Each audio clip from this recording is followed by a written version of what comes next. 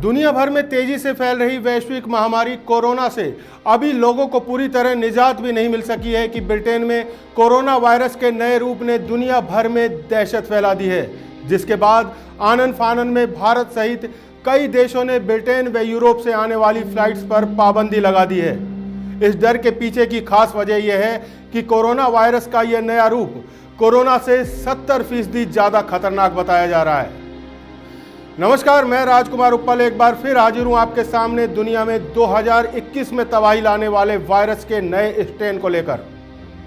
भारत में भी कोरोना के इस नए रूप को लेकर अलर्ट जारी कर दिया गया है और यूके से आने वाली सभी उड़ानों को 31 दिसंबर तक के लिए रद्द कर दिया गया है।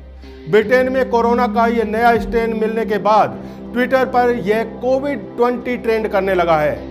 कोई इसे लेकर गंभीर नजर आ रहा है तो कोई इस पर हंसी मजाक कर रहा है।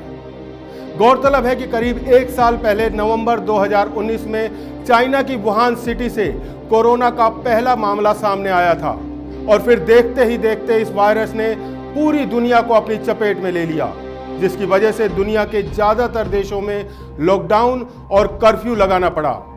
आज दुनिया भर में कोरोना के 7,77,15,000 से अधिक मामले हैं, जबकि 17,09,000 से अधिक लोग इसमें अपनी जान भी गंवा चुके हैं। दुनिया में सबसे अधिक कोरोना के मामले अकेले अमेरिका में हैं, जहां अब तक 1,84,73,000 से अधिक लोग इस महामारी से संक्रमित हो चुके हैं और 3,20,800 से अधिक मौतें हो चुकी हैं।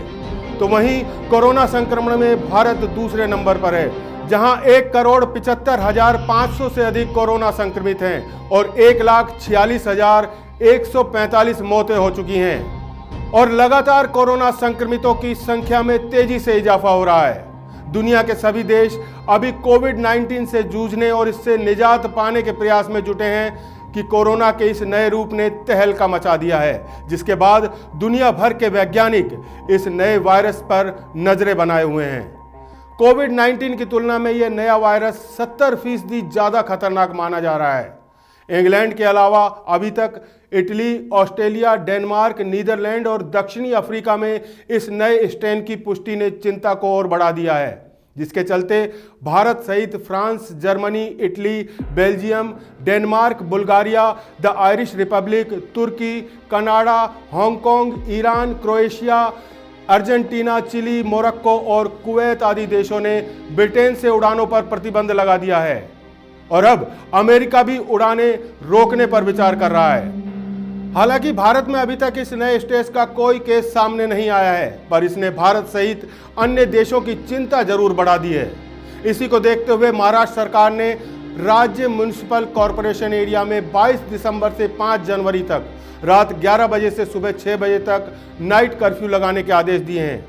साथ ही यूरोप से आने वाले यात्रियों का एयरपोर्ट पर ही कोरोना टेस्ट कराने और उन्हें 14 दिन के लिए इंस्टीट्यूशनल क्वारंटाइन करने का फैसला भी लिया है।